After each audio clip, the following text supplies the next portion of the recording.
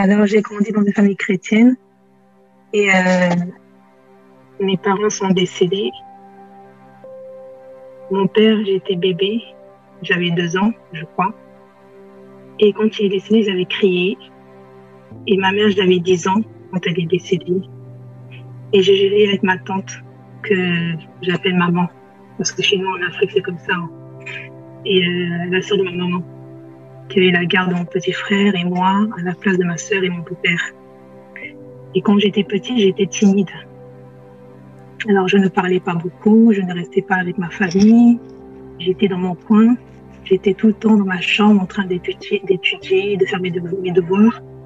Et à l'école, à la maternelle, au collège, jusqu'au lycée, j'étais toujours timide en fait. Et au collège, j'avais que 3 amis. J'avais que 3 amis. C'était des filles. Et je restais qu'avec elles et tout le temps, on se moquait de mes amies parce qu'elles s'habillaient mal, on les critiquait. Et j'étais aussi dans cette école, enfin là où j'étais aussi au collège, j'étais avec ma sœur, mon frère aussi, ma sœur qui est la fille de ma tante, ma cousine en fait. Et les amis de ma sœur, elles se moquaient de mes amis. Ils voulaient que je traîne avec, que j'aille traîner, que je traîne avec elles, avec eux en fait. Et puis avec mes amis. Mais moi, j'avais refusé de traîner avec eux et je préférais rester avec mes amis. Et parmi mes 3 amies, il y en avait une qui était aussi timide, mais elle était plus timide que moi. Elle ne parlait pas, pratiquement pas, et elle était enfermée. Et dans mon enfance, quand j'étais timide, je ne parlais pas beaucoup avec ma famille, mais plus avec mes amis. Et quand j'étais au collège, j'avais été avec un groupe de filles qui allaient souvent dans les toilettes, enfin, pour appeler les morts, dans le noir. Et j'avais été avec elles pour appeler les morts, enfin les esprits de mort. On a appelé Coluche. Et c'était la première fois que pour moi d'appeler un mort. Je n'étais pas convertie et je ne savais pas que c'était pas bien. J'étais ignorante en fait. Et puis je regardais des films d'horreur. J'étais accro aux films d'horreur. Et je regardais des séries, des films, des dessins animés du monde. J'écoutais des musiques du monde. Je me maquillais beaucoup.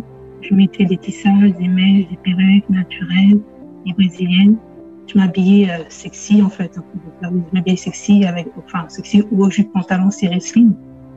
Et j'avais un pied dans le monde et un pied avec Yeshua en fait. Mais j'étais pas 100% Yeshua, 100% avec Yeshua. Et dans ma famille, il y avait des Mormons, des branhamistes, des catholiques, des témoins de Jéhovah, des protestants, des évangéliques. Et je priais avec ma famille à l'église de Jésus-Christ des Saints des Derniers Jours, à l'église des Mormons. Et au début, je n'y allais qu'avec ma maman à l'église. Et j'ai prié, je priais souvent pour ma famille, les membres de ma famille, pour qu'ils viennent à l'église. Bon, chez les Mormons, on prie Jésus-Christ. Hein. Mais en fait, les Mormons, on prie Jésus-Christ. Mais c'est pas le vrai Jésus-Christ qui prie. Hein. Et puis, parce qu'ils sont pas dans la vérité. Et puis, donc, j'ai prié pour ma famille, pour qu'ils viennent à Jésus-Christ, qu'ils viennent à l'église, avec nous, avec ma mère et moi. Et après, ils sont venus à l'église. Le Seigneur, il a permis qu'ils viennent à l'église. Et quand les gens me demandaient tu es de quelle religion, je leur disais que j'étais mormone. Je suis mormone. Et j'étais timide à l'église, là où j'allais chez les Mormons. Je me cachais dans les toilettes pour ne pas être avec les autres. Je demandais dans mes prières au Seigneur de m'enlever la timidité. Mais mes prières n'étaient pas exaucées. J'avais des diplômes chez les Mormons et des diplômes de cours de biblique, tout ça. Et on récitait des sermons pour les jeunes filles. On disait pour les jeunes filles. Et les Mormons ne croient pas que Yeshua Mashiach est Elohim, qu'il est Dieu, quoi. Jésus-Christ est Dieu. Mais moi, je croyais depuis toute petite, j'ai toujours cru que Jésus-Christ est Dieu, en fait, que Yeshua Mashiach est Elohim. Et les Mormons m'avaient fait ma prière patriarcale, ça s'appelle prière patriarcale, en m'imposant les mains. Ils prédit mon avenir. Et je devais prier en faisant des prières comme une lettre, en disant très cher Père Céleste. Pour commencer par la prière, pour commencer la prière. Moi, chaque fois qu'on priait, on disait très cher Père Céleste pour commencer la prière. Après, on continuait la prière. À la fin, on disait au nom de Jésus-Christ. Amen. On disait ça. J'ai été baptisée chez les Mormons par immersion. Et je voulais être missionnaire chez les Mormons. mais le Seigneur n'avait pas permis. Donc, comme les missionnaires, comme les frères et sœurs missionnaires qui ont des badges, les frères missionnaires qu'on voit dehors, qui ont des badges, les femmes qui s'habillent avec des jupes blancs, ou les hommes qui ont des costumes, je vais les faire comme ça, et avec un badge. Un matin, quand je voulais voyager et puis avoir été aller partout pour aller en mission aussi, comme les frères et sœurs qui partent en mission, qui voyagent partout, comme ils sont en train de faire les missionnaires, en fait, des Mormons. Un matin, quand ma famille est partie au parc d'Astérix, j'étais restée seule avec mon grand frère. Et mon grand frère qui est mon cousin, en fait, le fils de ma mère, et ma belle-sœur, et je suis avec ma belle-sœur aussi, et je dormais, et je me suis réveillée, et je me suis cogné la tête et tous les membres du corps contre le mur. Et j'étais paralysée des jambes, et je n'ai rien eu. J'avais rien eu, j'étais paralysée. J'étais juste paralysée, mais je n'étais pas blessée. J'avais pas de blessure. J'ai juste paralysé les jambes. Et mon grand frère a appelé les pompiers et l'ambulance. L'ambulance est venue, en fait. Il a appelé l'ambulance et l'ambulance est venue. Et elle est arrivée. Ils m'ont mis sur un fauteuil roulant. Ils m'ont emmené à l'hôpital et j'ai raconté que j'entendais des voix. Alors, en fait, les voix, je crois que ça arrivait quand je dormais. Avant que je me réveille, avant que je me lève pour me cogner la tête partout, le monde du corps, en dormant, les voix sont arrivées en fait. Je crois que c'est ça. Et donc j'entendais, et j'ai raconté que j'entendais des voix. On m'a mis dans un hôpital psychiatrique et le médecin m'a dit que j'étais schizophrène. Et moi, je disais que j'étais dépressive parce que je n'aimais pas qu'on dise que je sois schizophrène, que je suis schizophrène. Je n'aimais pas ce mot-là en fait, la schizophrénie. Et parce que la schizophrénie, c'est pire que dépressif. Quoi. La schizophrénie, c'est pas pire, mais enfin, la schizophrénie, on peut se tuer, se faire mal nous-mêmes. Et moi, je faisais pas mal moi-même. Je me faisais pas mal, je me ouvrais pas les veines. Je faisais pas ça. Et on peut tuer les gens aussi. Et moi, je faisais pas ça. Donc, moi, je pensais pas que j'étais schizophrène parce que je tuais pas les gens. Je m'ouvrais pas les veines. Je faisais pas ça. Moi, je peux pas être schizophrène. Moi, je disais non, moi, je suis dépressive, je suis pas schizophrène. Je ne croyais pas. Donc après, et j'ai été reconnue handicapée. Et je travaille plus dans le milieu ordinaire, mais dans le milieu protégé. Ils m'ont demandé tout ce que les voix me disaient à l'hôpital. Les médecins m'ont demandé, et je leur ai dit, et me disaient que tu es bête, ça c'est pas ce que tu fais. Jésus t'aime pas. Jésus t'aime. Il y avait une voix qui disait Jésus t'aime. Et je sais pas d'où elle venait cette voix-là. Une voix qui disait Jésus t'aime. Et une voix qui disait Jésus t'aime pas. Satan, c'est toi, mais je crois que ça venait du Seigneur. Après, je crois que ça venait du Seigneur. Et une voix qui disait Satan, c'est toi. Je n'aime pas ta tête, t'es pas belle. Une voix qui disait chaton. Et une autre voix qui disait personne ne t'aime. Et le psy m'a donné un traitement fort qui avait beaucoup d'effets secondaires. J'avais des sauts d'humeur, des changements de comportement, une double personnalité. J'avais du mal à m'exprimer. Je parlais trop vite. Mes paupières bougeaient tout seules. J'avais des démangeaisons. Je me grattais tout le temps et à cause des démangeaisons que j'avais.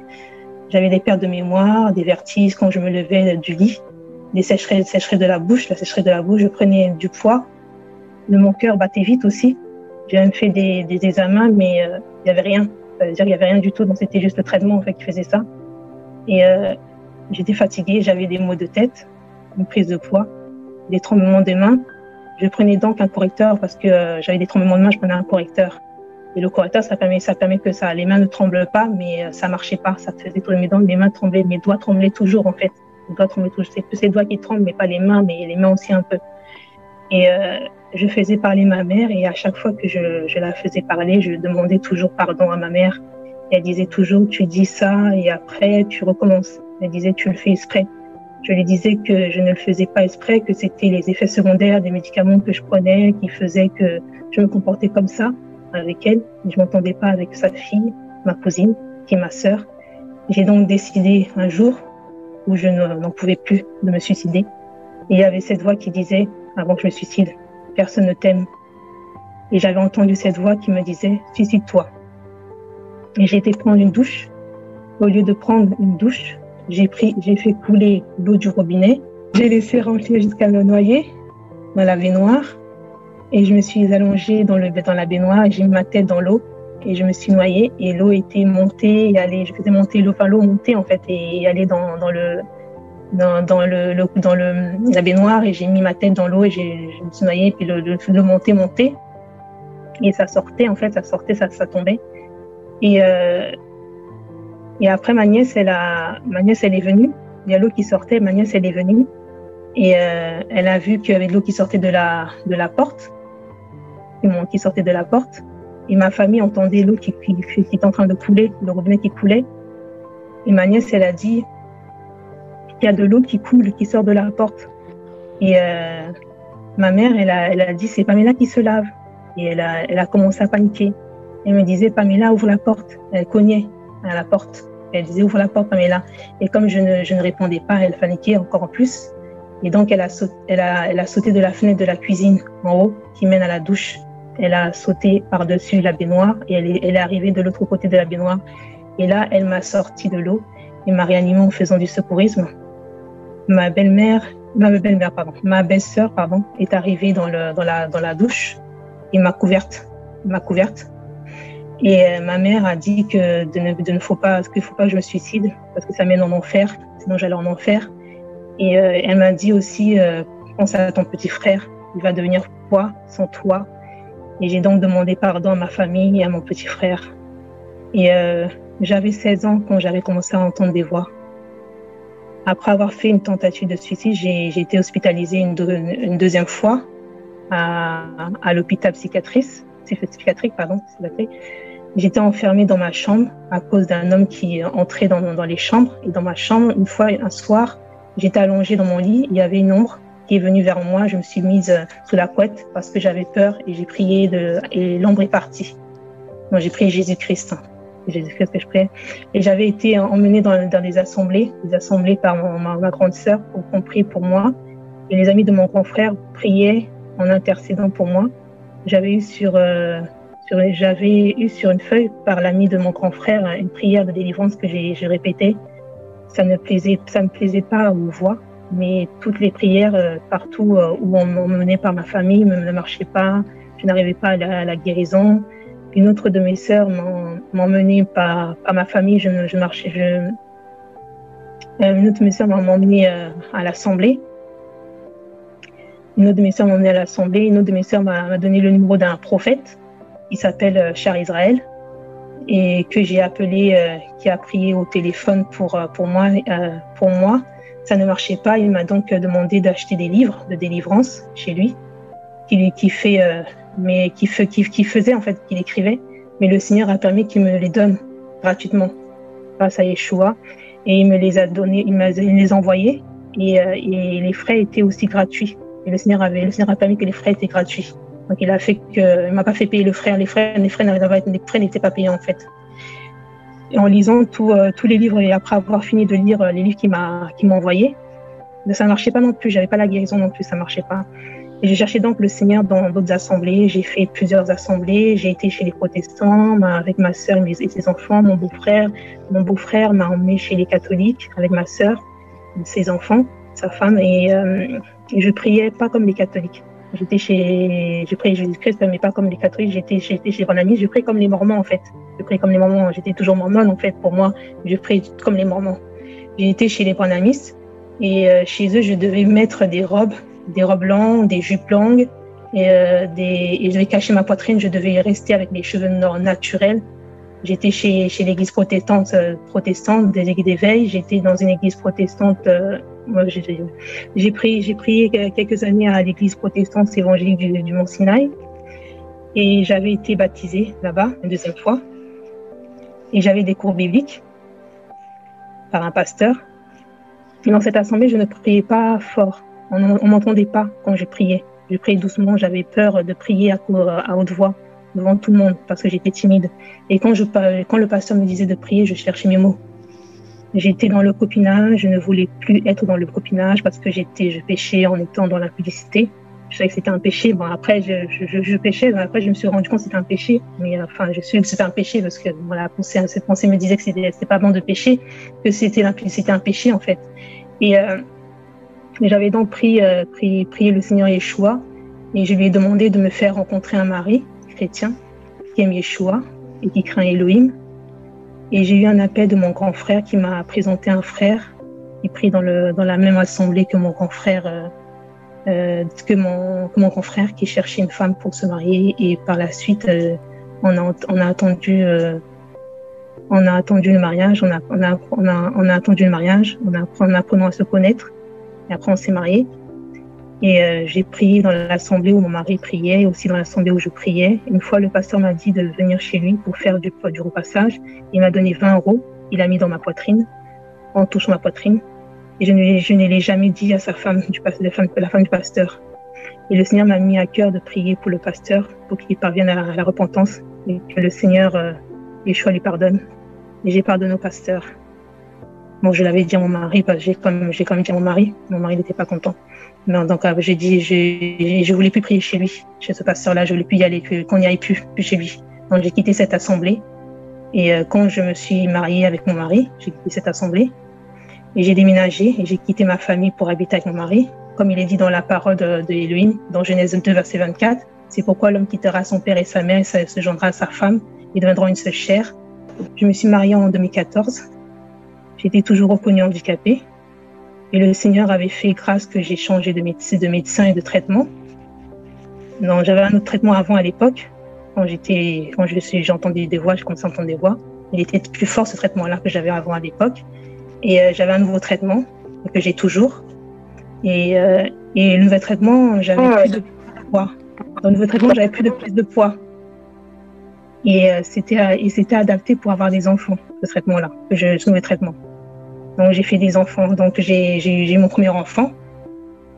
Et j'étais en surpoids avec ce premier enfant que j'ai eu. J'étais en surpoids, c'est une fille. Donc c'est une fille que j'ai eue. Donc c'est une fille. Et les médecins disaient que j'accoucherais par césarienne.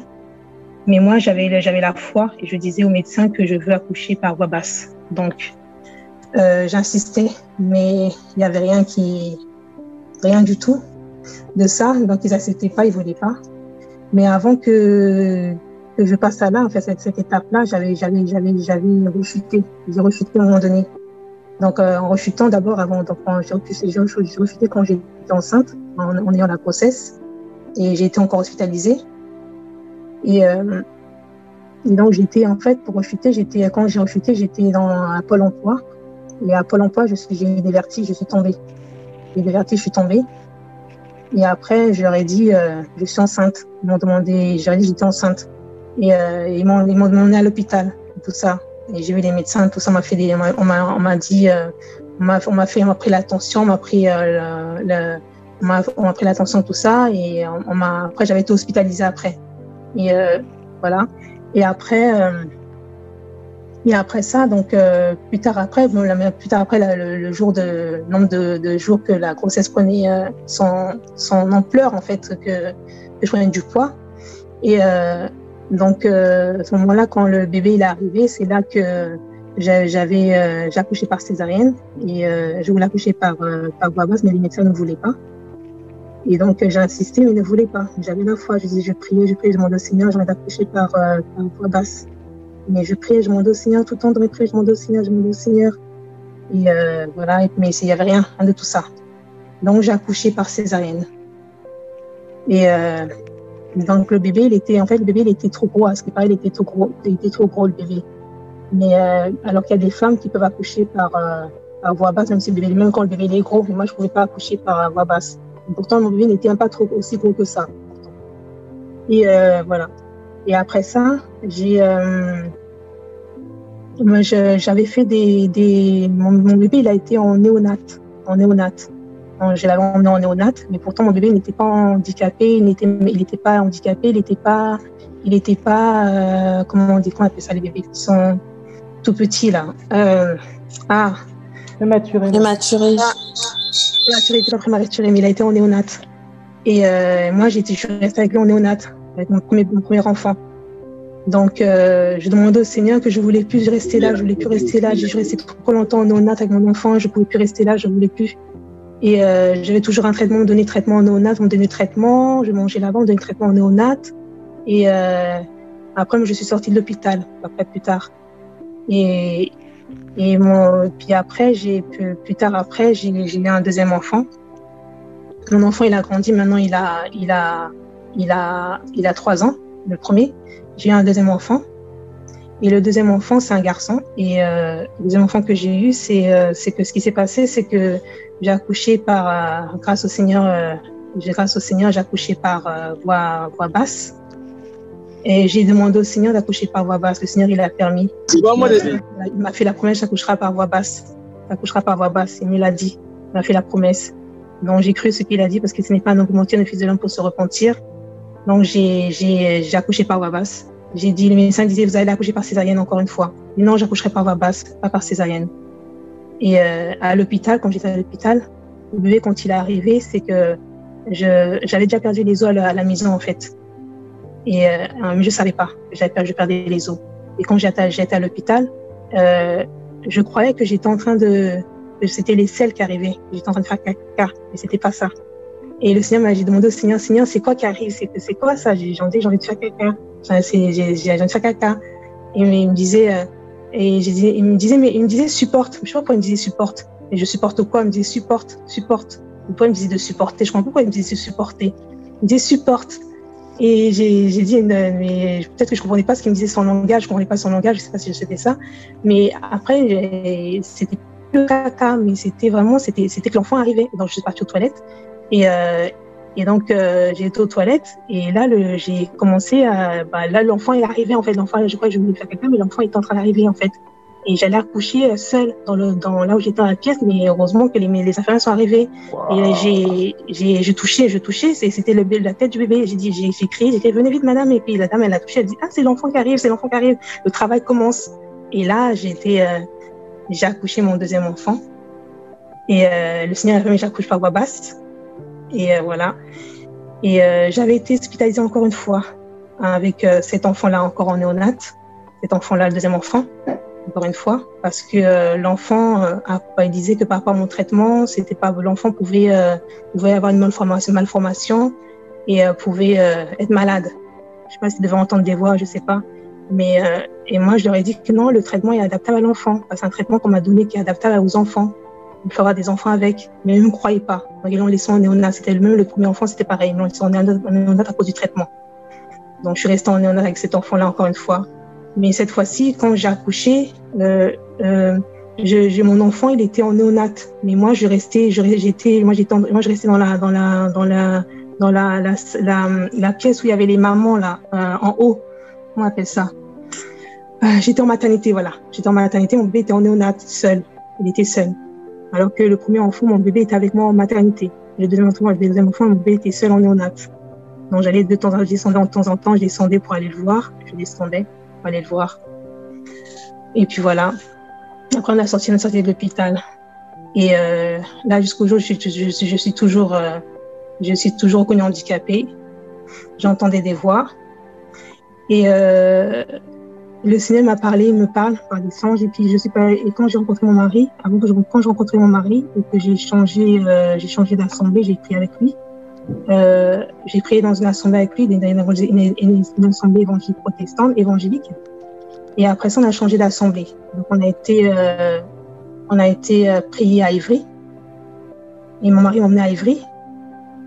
Et c'est à Ivry que j'ai rencontré le Seigneur.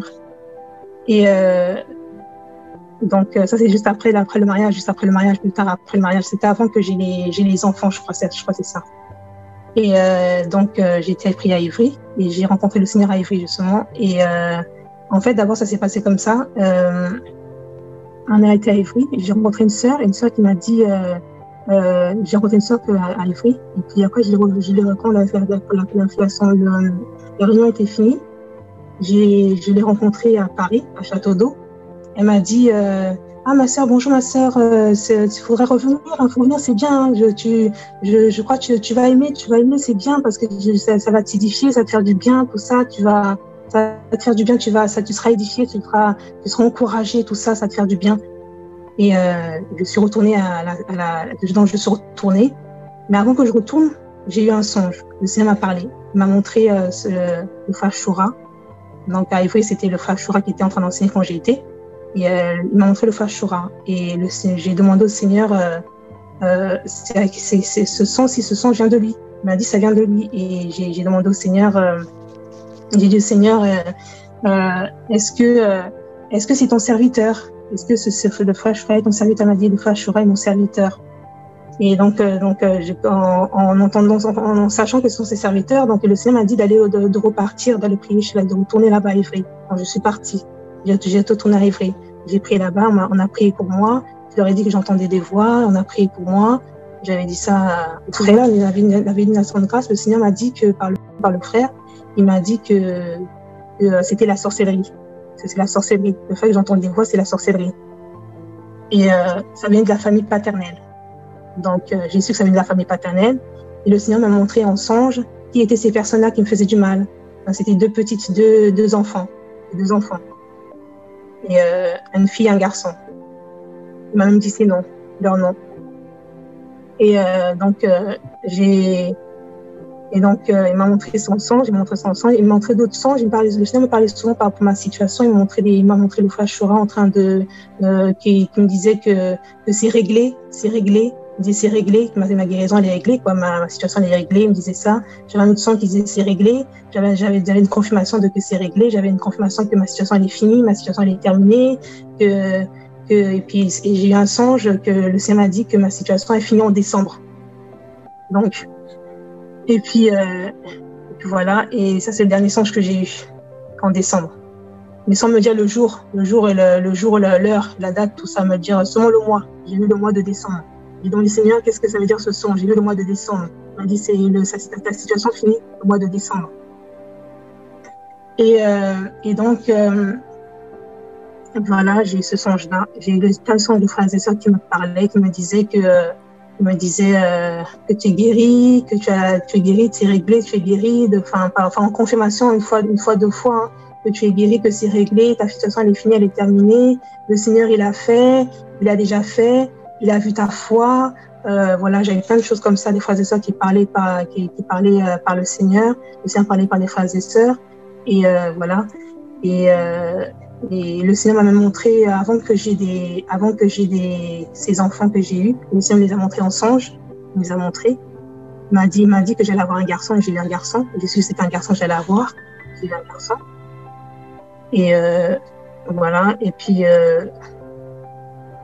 il m'a dit comment j'allais appeler mon fils, comment j'allais l'appeler.